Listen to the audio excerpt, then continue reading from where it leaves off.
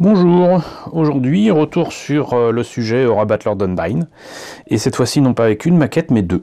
Deux parce que j'ai retrouvé, et j'en suis bien content, deux modèles du Zwarf. C'est assez difficile à prononcer mais c'est comme ça, Z-W-A-R-T-H, Zwarf. Et j'ai le modèle qui était une réédition du modèle original de 1983.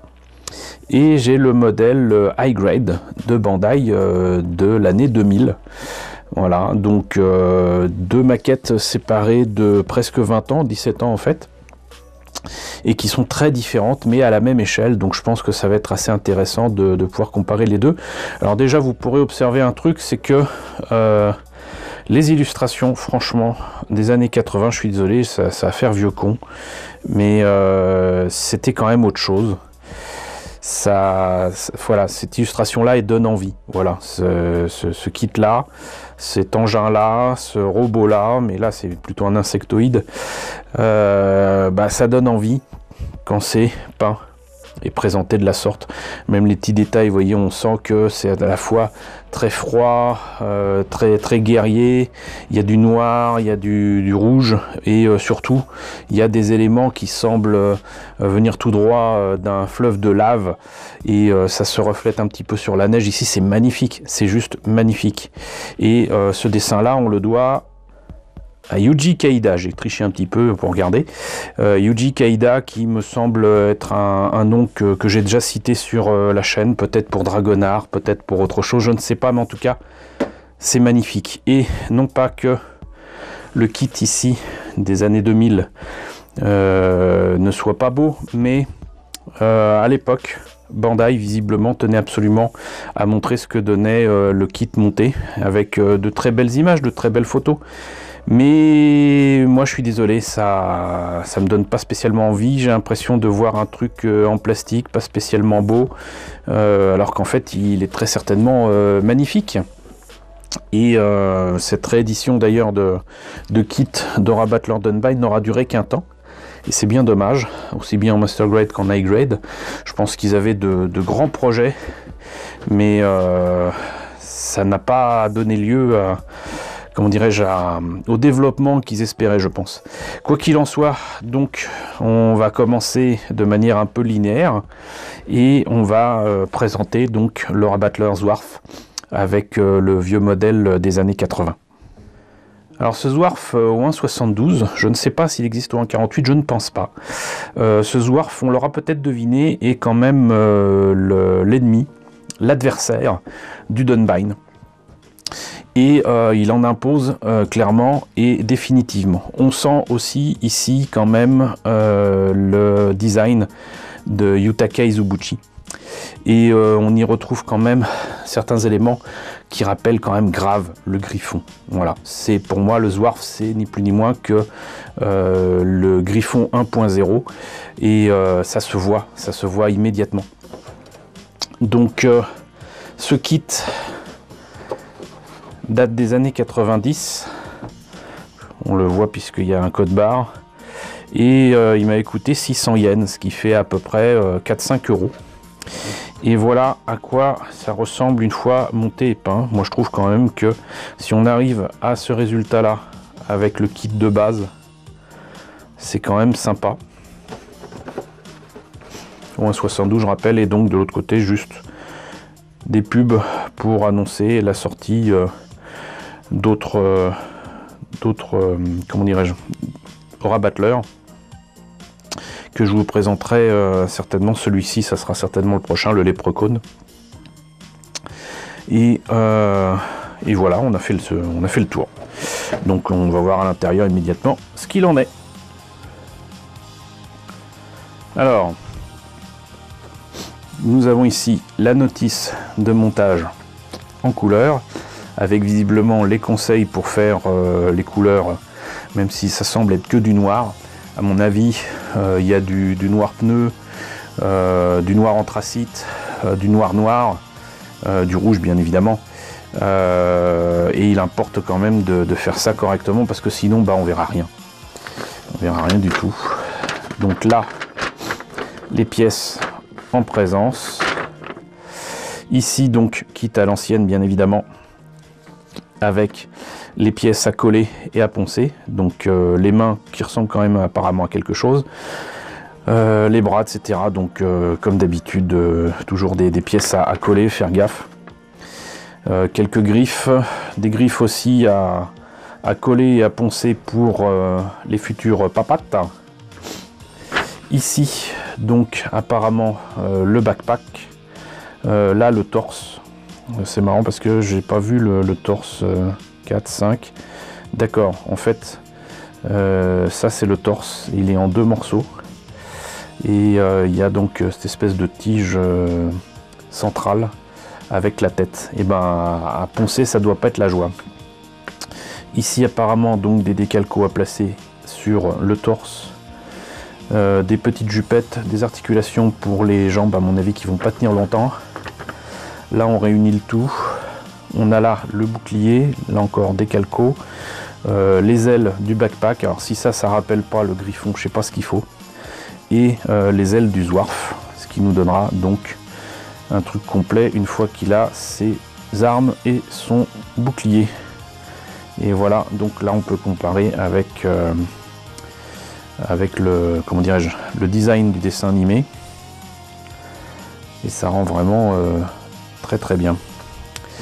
Donc les pièces, je les ai jamais sorties des sachets, mais je vais le faire parce que tout à l'heure ça va être intéressant de comparer avec les pièces du high grade pour voir si c'est à la même taille, puisque bah, vous l'aurez deviné, je ne l'ai pas monté, mais vous comprenez aussi pourquoi je ne les sors pas des sachets, parce que vous voyez là par exemple, j'avais beau ne pas l'avoir sorti, ça avait quand même cassé, hein. Au bout d'une trentaine d'années, c'est envisageable que ça puisse s'enlever des grappes. Et vous voyez que c'est pas du noir, c'est une espèce de gris anthracite, de gris très foncé, légèrement bleu.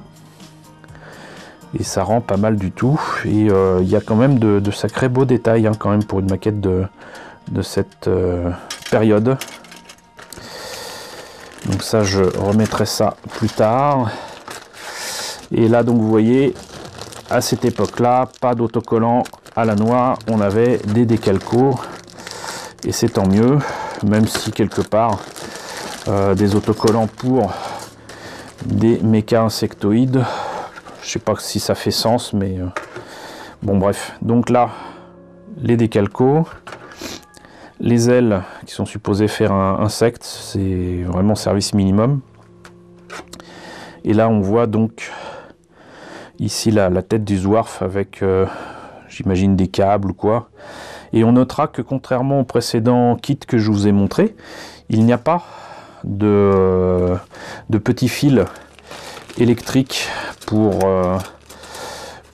faire les muscles, on va dire, les tendons de ce Zwarf. Donc c'est vrai qu'on n'en voit pas énormément ici, mais j'en vois au moins un là. Et c'est peut-être tout simplement parce que c'est pas visible, mais bon, c'est assez étonnant. C'est étonnant cette différence avec les autres kits. Donc voilà, ça c'était le kit des années 80. On va passer au kit des années 2000. Alors ce kit High Grade date de l'an 2000. Je rappelle que High Grade c'est une gamme de Bandai qui ne se limite pas au Gunpla, qui ne se limite pas aux maquettes de Gundam. Et donc même si chez Gundam vous avez le High Grade Universal Century HGUC, vous avez quantité d'autres, j'allais dire sous-gamme. Même gamme de qualité de maquette, mais avec d'autres univers. Donc dans Gundam, c'est pas ce qui manque.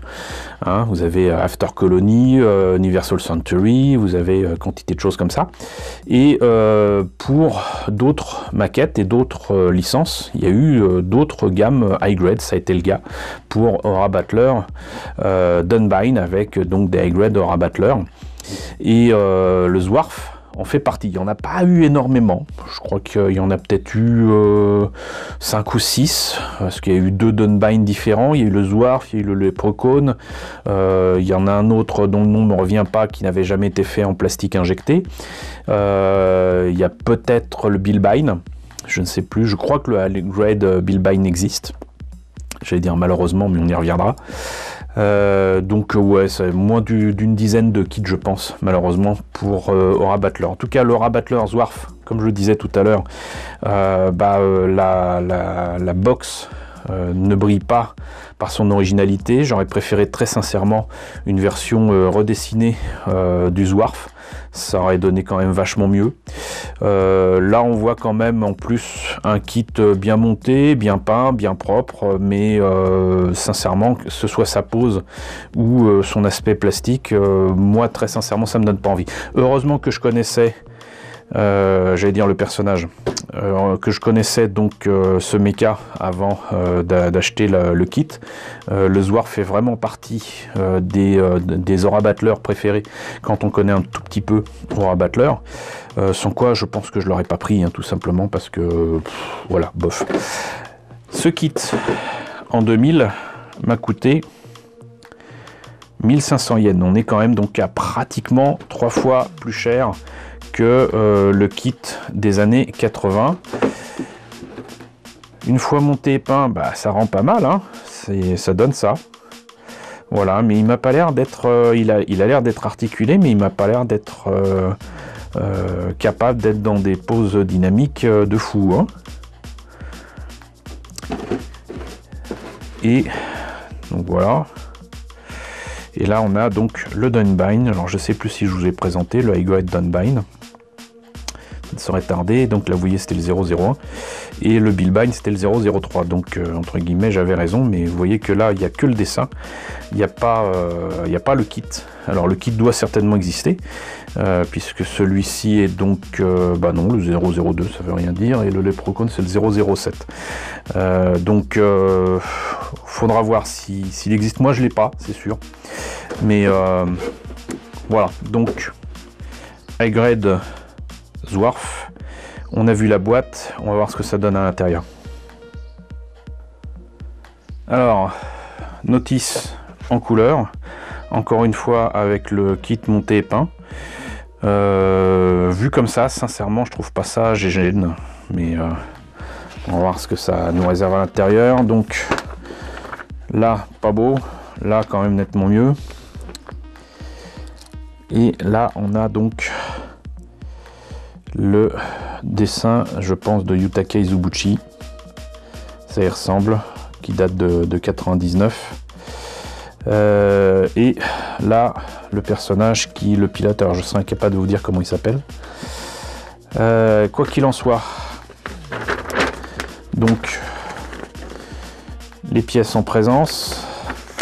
Étrangement, je vais dire presque maquette à l'ancienne, parce que là, il y a quand même cette pièce-là à coller et à poncer, sauf que vous avez quand même le côté, on va dire, des jambes à coller ensuite, avec ces éléments-là qui semblent rouges. Pourquoi pas? Moi, je trouve que ça complique un peu la vie. Par contre, les pieds et les griffes sont d'un seul tenant et il y a juste un truc à rajouter dessus. Un petit peu comme des guêtres. Et là, pareil, on continue avec la jambe, avec encore des pièces à clipser, j'imagine. Là, des espèces d'articulations. On a apparemment des tas d'autocollants à mettre sur la tête. Là, on a le bassin qui m'a l'air d'être un petit peu plus costaud que son frère des années 80. Encore une fois, des articulations qui m'ont l'air très différentes des tendons et des muscles des autres Aura Battler. Là, on attaque apparemment les bras. Ici, le torse, avec encore quelques autocollants. Là, le backpack, avec ce qui tient les ailes. Je ne sais pas pourquoi c'est aussi puissant, mais apparemment, il y a un gros backpack. Les ailes qui sont ajoutées. On rajoute le tout et ça nous donne ceci. Et ça a beau être 1,72, je voudrais pas dire, mais le pilote n'est pas peint avec talent, hein. Le cockpit, c'est pas vraiment ça. Donc voilà pour la notice. Pour les pièces, alors je vais les sortir des sachets. Je constate un truc, c'est que ça fait plus de 20 ans que Bandai s'amuse en fait à faire des maquettes avec la possibilité de faire ça en no paint, et du coup bah, ça donne des grappes avec des pièces avec différentes qualités de couleurs, et là par exemple vous avez du noir quand même extrêmement brillant, et là vous avez leur fameuse grappe avec différentes couleurs. Ici donc une espèce de rouge orangé un peu fluo, là encore du noir mais plutôt mat. Et là carrément un cockpit qui est transparent, translucide, ce qui est très bien. C'est exactement ça. Et du coup ça me fait dire que finalement les kits de Star Wars ils sont très bien, mais finalement bon, ça on le savait, mais très clairement ils sont issus de ce genre de kit, de ce genre de maquette high grade qui a été fait il y a des années, donc 2000, ça fait bientôt 20 ans. Et là on voit par contre qu'il y avait encore du chemin à faire, mais on a encore cette couleur un peu gris foncé, un peu bleuté, donc c'est pas entièrement noir. Les polycaps, le backpack avec toujours la même couleur, et là encore une fois la même couleur, donc gris foncé un peu bleuté. Et là par contre ça c'est quelque chose qui était bien pour l'époque mais pas si terrible que ça. Les articulations, les mains et tout ça sont en plastique mou, et ça je peux vous dire que ça vieillit extrêmement mal. Alors je l'ai pas monté ni rien donc ça va, mais faites tenir de la peinture là-dessus, c'est impossible. Donc vous n'obtiendrez que un résultat caoutchouteux quoi qu'il arrive. Même en mettant un jus ou quoi, ça ne tiendra pas. Vous avez du coup non pas des décalcos mais des autocollants, et pour moi des autocollants d'ailleurs beaucoup trop épais. Par contre les ailes sont vachement bien nervurées et tout ça, on dirait de vraies ailes d'insectes. Et du coup bah je vais en profiter pour vous montrer un petit peu la différence. Ça c'est les ailes des années 80. Ça, c'est les ailes des années 2000, c'est quasiment 2 fois plus grand ici.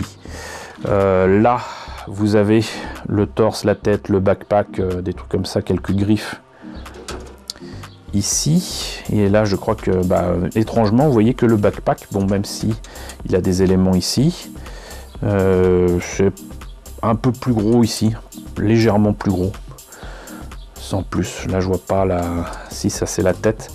La tête est un peu plus fine que celle des années 80.